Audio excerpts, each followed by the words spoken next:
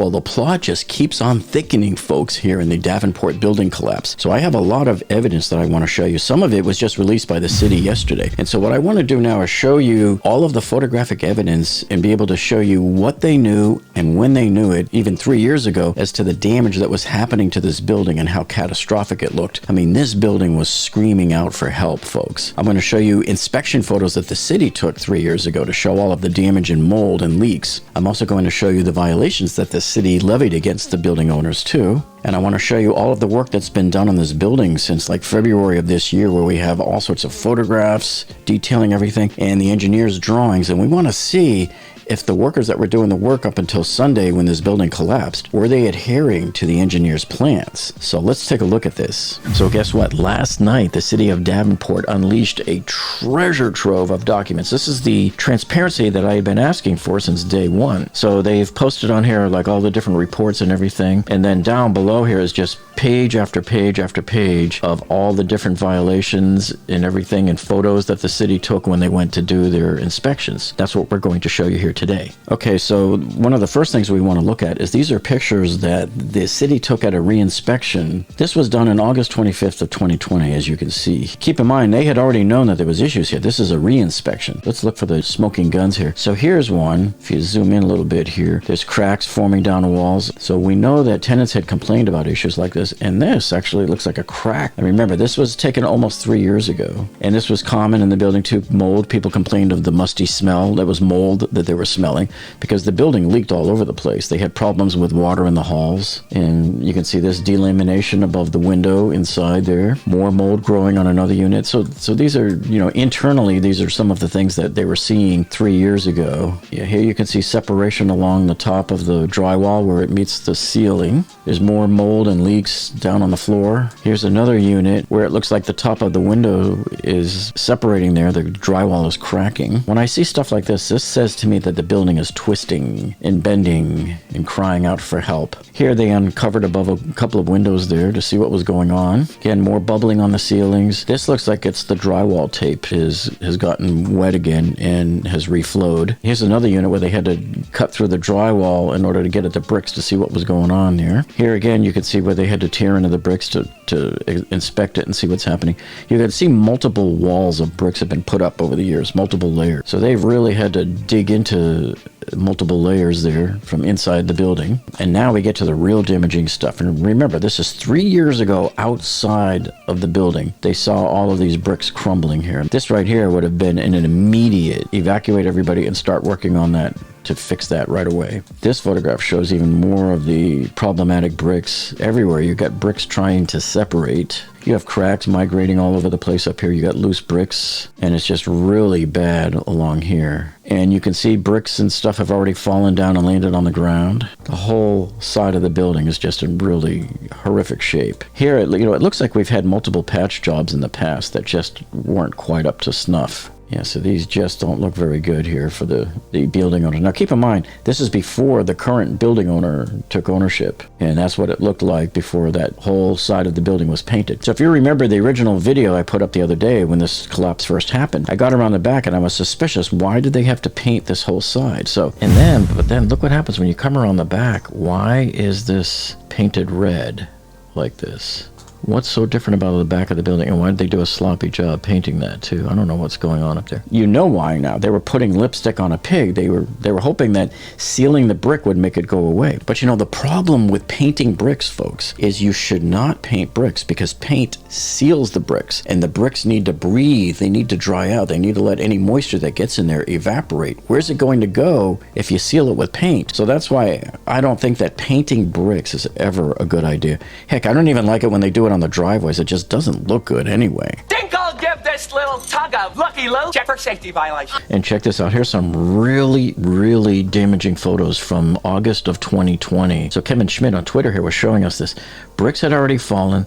Look how this part of the bricks right here, this section is forced out. I don't know if you would call these lintels or not, but these headers, they're forced outward. They're like ready to drop, man. If anybody was walking underneath these, they could easily have been killed. There's a close-up front shot of it. I mean, this whole building was just ready to come down. And there's all of the bricks that came crashing down on the sidewalk. Now, I am still of the belief, I know some people don't believe this, but if you lose these bricks, if this whole section of bricks comes tumbling down, it's going to drag that skeleton of all of the metal beams and columns inside there down with it. This is why you saw those floors all drop at an angle. But luckily they were held in place on the other end, so they didn't necessarily shear off. Now, here is a complaint from 2021 where the city had called them out on these doors that they were missing or deteriorated. If you look here, it says here, the drywall around the door to the parking lot is not stable and door is very difficult to open. Not sure if it's structurally sound. Oops.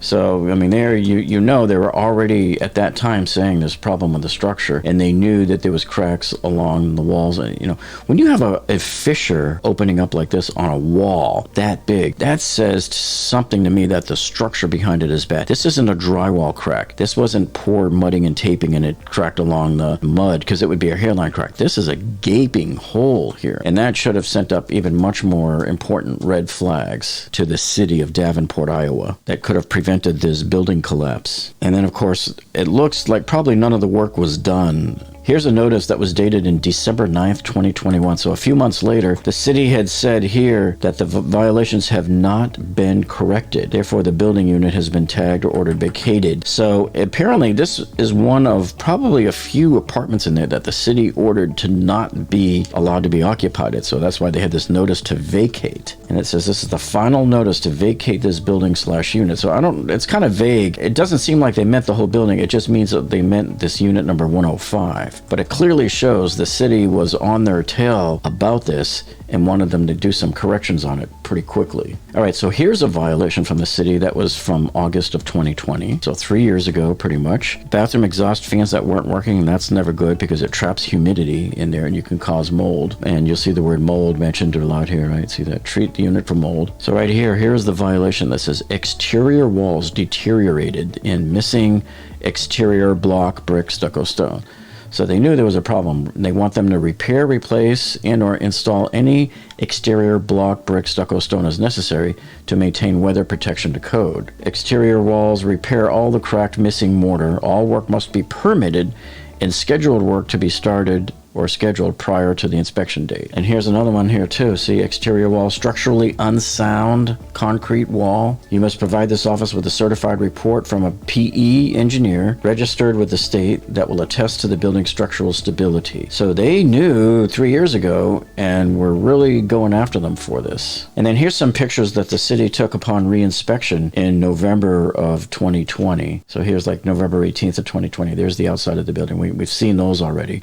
What I want to show you is some of the close-ups. I mean, just look how bad that is. It's just totally disintegrating. You have other windows that were filled in here, and we're going to find out later these were not filled in properly, by the way. And you can just see how the bricks and everything are disintegrating. The close-up shot of that, look, see how the wall is being pushed outward, folks. This is terrible. Look at that one there. How about this one right here? I don't think I've ever seen a brick building in this bad a shape. So you can see they had a scaffolding up by the end of 2020, and they were actually starting to do some work on it. So they likely just did a quick patch job on all of these. As you can see, they patched everything up, and that's probably when they came in and painted this whole thing red, like we showed on the video the other day. This looks like a steel lintel that they were trying to put in there, or maybe it was already there. It's hard to tell by the picture. Sometimes, unless you're right there to see something or see a real close-up shot, you can't really tell what's going on. But this JLG lift seems to have been stationed here for the last 3 years, because virtually every picture I ever see of the outside of this building has a lift there. And remember, this is the part of the building that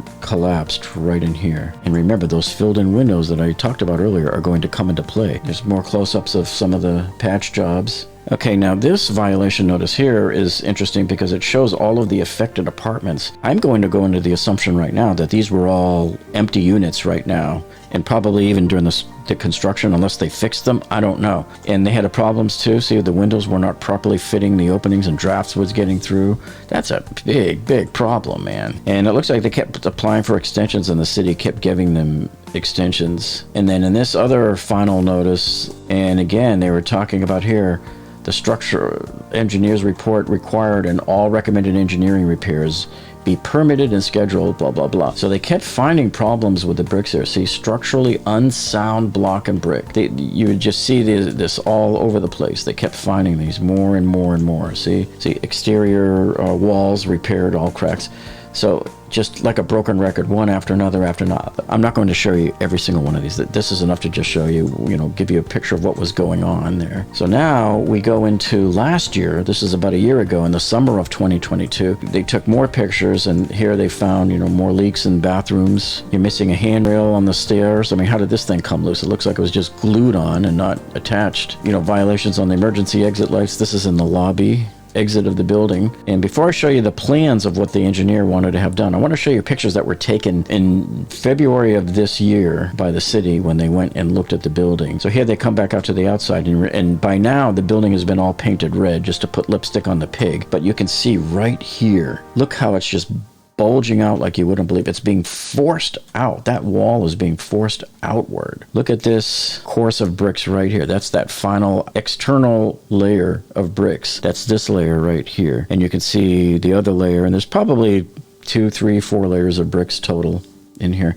But you can see this window was never filled in, unless this was just removed or excavated. It looks to me like this either wasn't filled in or wasn't filled in correctly. And if it wasn't filled in, it's a big problem because, see, in a brick building, the windows are the weak spot. And if you don't support that top of the window with like a lintel or something, it can't handle the load of that entire wall above it, and it's going to collapse on you. This is like construction 101. For the people that do this every day, they should know this. So you can see where just bricks have been falling off there. Again, this is February of this year. This was just 3 months ago, folks. So, I mean, this building was screaming out loud for help, and nobody was apparently listening. I mean, it looks like they were, because the engineers were working on this problem, and they did come up with a report in February, which I'll show you in a minute. But I just wanted to show you all of these crazy things that were going on. It looks like they built this contraption here to protect the gas lines from any falling bricks. And yeah, you can see more cracks and everything leading down to this point right here. Yeah, you can see major sections of the outer layer here have already come off.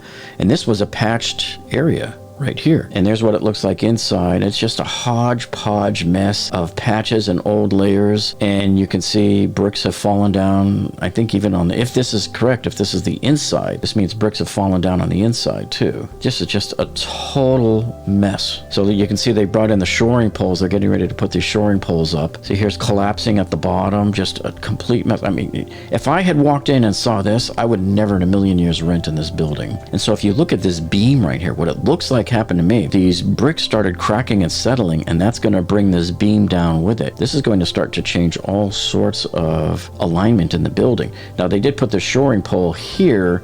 I don't know if it's good enough on that slab. I'm assuming the engineer looked at it and said it's okay. I would rather see like a thin beam put right here. And so there's what it looked like outside the bottom of this building on February 16th this year. Few months ago, and it looks like this whole wall is just kind of bending and warping like a ribbon. So they're starting to cover things up there, but you can see here in February, this is what has me nervous here, is they've already started removing massive chunks of this outer layer, and there's no bracing in place. There's nothing vertically shoring up this whole thing right here. What they probably was stuck in some kind of an angle iron right along in here in this area to shore that up, because now this leaves it free for everything here to start crumbling and falling apart. Remember where the weak spots are, the windows. This is like that age-old example that we've seen in the past of the lumberjack cutting the branch that he's sitting on. So it's almost like they shot themselves in the foot by removing all of those bricks. I mean, that's just horrible right there, man. Look at this. This right here is what was jaw-dropping for me. Now, the city had asked the building owners to bring in a professional engineer, and that's what they did here. So February 2nd, they got this report from Select Structural. Now, this is a licensed engineer, David Valier. He's a PE, and there's a stamp, so that satisfies the requirements that the city was asking for. Now, they had mentioned some 2 east-west beams inside the building, and this is interesting here because he's saying right here, both beams need to be shored with heavy posts so that the permanent repairs can be applied.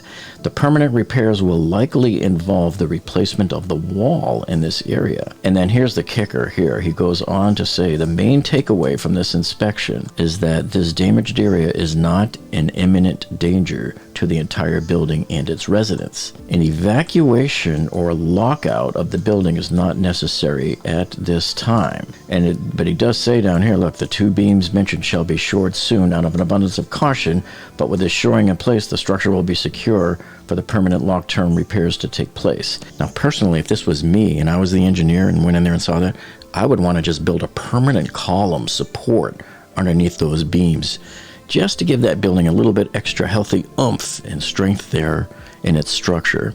Okay, so continuing on in this February report, here you can see the engineer is pointing to that beam and he wants to provide shoring there, and then he's got this area of the wall circle that he says needs to be repaired.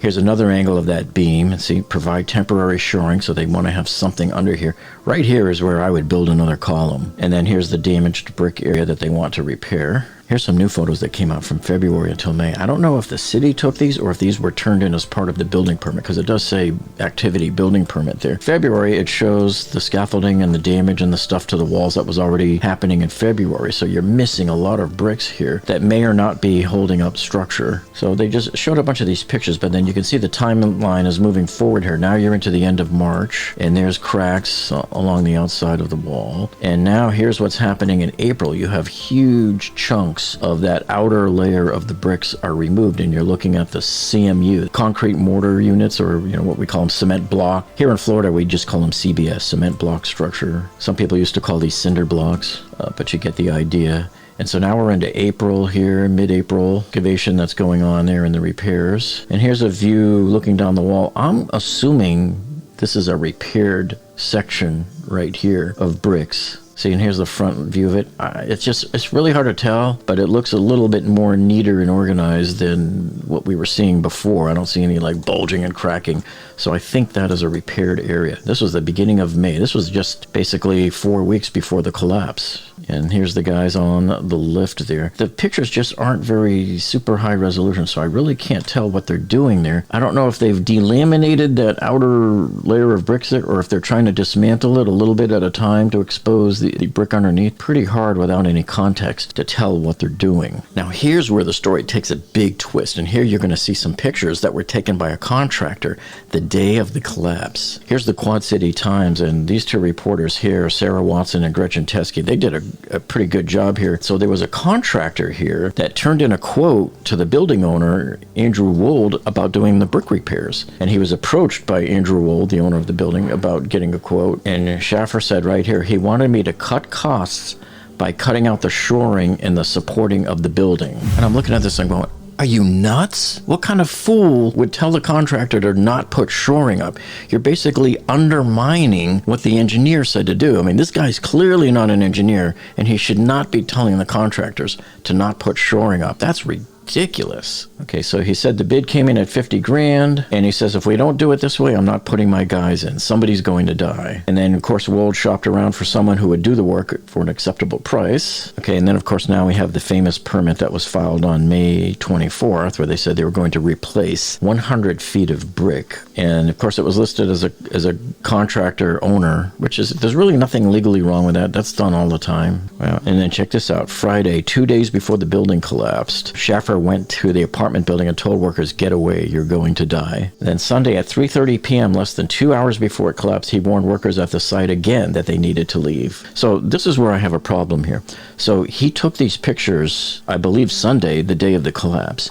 And there's a couple of things wrong here that so I'm looking at. And you see how they have this wooden brace here? This is not how you brace a building. This is actually a lesson on how you don't brace the brick building. So I get the idea. What they were trying to do is make a lintel here and then support it. But the thing is, they're supporting it, I believe, this is not 4x4 posts. These are 2x4s. Second of all, where's the wood cleats on the ground that are supposed to be pounded into the ground horizontally right here to hold these posts in place? This is a joke. This entire bracing structure was built by clowns. I can almost see them sitting there doing it in their clown outfits. So I'm going to show you in a minute that the engineers specified exactly how this should be done, and I don't think they follow the engineer's specs. And then again, look at this. This right here should have been the biggest clue right here. Look at how the bricks are bulging right here, and they're bulging up and they're bulging out. Look what it did to the window. It's crushing the window here. The window is loose here with air gaps here. And look, the entire window is twisted. It's rotated sideways. This whole building right now is twisting and turning and buckling, and it's too late to save it at this point. Somebody should have seen it and saved it. I only wish Schaffer had called the fire department or somebody at the city that day as an emergency and said, look, you got to come over here and look at this. I think this building's coming down. I don't think this is the proper way to brace these guys right here either. Right here, you're only giving support on the ends. I just don't like the way they implemented this. Okay, so what they decided to do right here between the mason and the engineer is to remove the brick facade in the area where those two windows were covered up, and they want to construct 2 layers of it, an outer layer of these blocks from the ground level up to the top of the void. So it's basically 15 to 18 feet or so. And so they want to do this by, very carefully removing the clay bricks and putting in the new blocks, because they can't leave those windows unfilled. They have to be filled. They're unsafe the way they are right now. And here's one of the things that they showed. This was just unbelievable. This is what was forcing the outer wall outward. So you see you have this gap in here now, and as the bricks inside the gap were falling, they were jamming into these areas and piling up and causing that wall to force outward, and that's why we saw the bulgings in the wall. And so he diagrammed it right here. This is what we were seeing. All of the debris kept falling in this 14-inch void space, and it was falling in here and piling up and just forcing the bowing here of the building. They wanted to put the steel lintel right in here at the top of the windows and then remove all of the bad bricks here. Then they wanted to build up and fill in this opening from the bottom here up to the top. And this is how they wanted to do it with the CMUs. These are those big cement blocks. So they wanted to drill with the dowels here, see, down into the footing, and then start laying these large concrete blocks, and then run the number 5 rebars into here. And they want them in the grouted into the cells too. So they want that all filled in as they build it up. This will make it a rock solid opening. But remember, you have to shore that up. So here in the May 24th building permit, this is 1 week before the collapse, and they showed photos here, and here's the brick over the window openings, and here was the previously repaired wall, and the clay brick facade. You can see it's bowing right here. It's pulling away from the substrate right there. Look at the door frame area. That's all pulling away from the door. And then you see some bulging and bowing right over here as well. And then they got a shot inside. That's the beam that he wants to support, and there's the window openings that he wants to fill. Here's a view inside. Here's that east beam again, where east-west beam. And look what happened on the windows here. Just, bowed again. And another view of the beam looking up at it. This is where the best engineered structures always fail, because it always boils down to your lowest paid, least intelligent employees here. It's always the grunts on the front line that don't necessarily have degrees in engineering. They just know how to do bricks or construction or whatever. And, not to cut down on them or anything, but look, these guys just simply don't know this kind of stuff. They don't understand the proper methods of bracing and everything. And it looks to me like they didn't go by what the engineer said, because if you look at the engineer's specification right here, he points out exactly what you have to do. Here's your wall. Here's the loose facade bricks, which are right here, and he wants them to stick this angle iron in here to act as a lintel, and then he wants them to take an OSB sheet, that's oriented strand board. This is basically sheets of plywood. Lay them flat against the loose brick to hold them in place, and then screw these cleats right into the boards there, and then you attach your 4x4 diagonal braces. Remember I said 4 inches by 4 inches, and it looked like they put in 2x4s. And remember I said you have to cleat at the bottom and then stake the cleat into the ground? Well, when you look at these photos here of the work that they were doing outside, where do you see any of that? And where do you see the big plywood sheets bracing the building here? And remember, this is the day of the collapse. I think these guys failed to put up the bracing, and then they started removing the bricks prematurely before they had bracing in place. And this is sort of what the structure is supposed to look like when they're done. So here's the concrete block wall that's inside there. And remember, you have have to have that 1 inch spacing between that and the outer layer of bricks. They decided to install this rigid insulation. That's the pink here. You can see that comes the courses of bricks, but remember, you have to have this flashing over here on the right. So this flashing goes down and under the bricks, and there's weeping holes here. So any water that gets in behind the wall comes down the flashing and leaks out through the weeping holes. That's the way a properly designed brick wall works. And then here's your adjustable ties, and they're meant to go here and they get embedded in the concrete and they tie into the wall behind it. And then this is showing how they were going to fill in those windows there. These are the 6 foot by 12 foot windows, and here's your dowels drilled into the ground, and then your number 5 rebars going all the way up to the top to add plenty of reinforcement to the blocks. And then of course they add the grout in there as well. And then right here was the engineer's new plan. This was that temporary column. I think that they were going to be temporary. I would just make this permanent. See, it almost looks like they wanted to add another concrete footer in front of the old one and dowel those in together. See that? Dowel this in and then add this column. So I'm not certain if this is already in there now or not. But the idea is here you can see that's how they wanted to shore up that beam. The engineer had the perfect plan here. I think it was just thwarted by the boots on the ground, whether they put those pole shores in place. So based on all of the information and the photos I've looked at and everything, if I have to make a guess on what I think is the root cause here, it appears that even though the proper solution was correctly engineered by the PE engineer of record, it looked like his efforts were thwarted by the people on the ground that were actually doing the work. It doesn't look to me like any of the supports were put in place that should have been. And so I think this led to the demise of the building as they started to pull down bricks after bricks after bricks. Suddenly you have these gaps and nothing's holding those bricks from falling down. Once you lose that brick wall, remember what happened. So it likely took out the inner walls, which were already crumbled themselves, and that likely took out some of the metal infrastructure in there. All of those steel beams and the steel girders, it all just came down. And so we will keep you updated if we find out any more information. But so far, based on all the info we have, I think that is our likely cause. So anyway, thank you for joining us tonight, folks, and we will see you on the next one.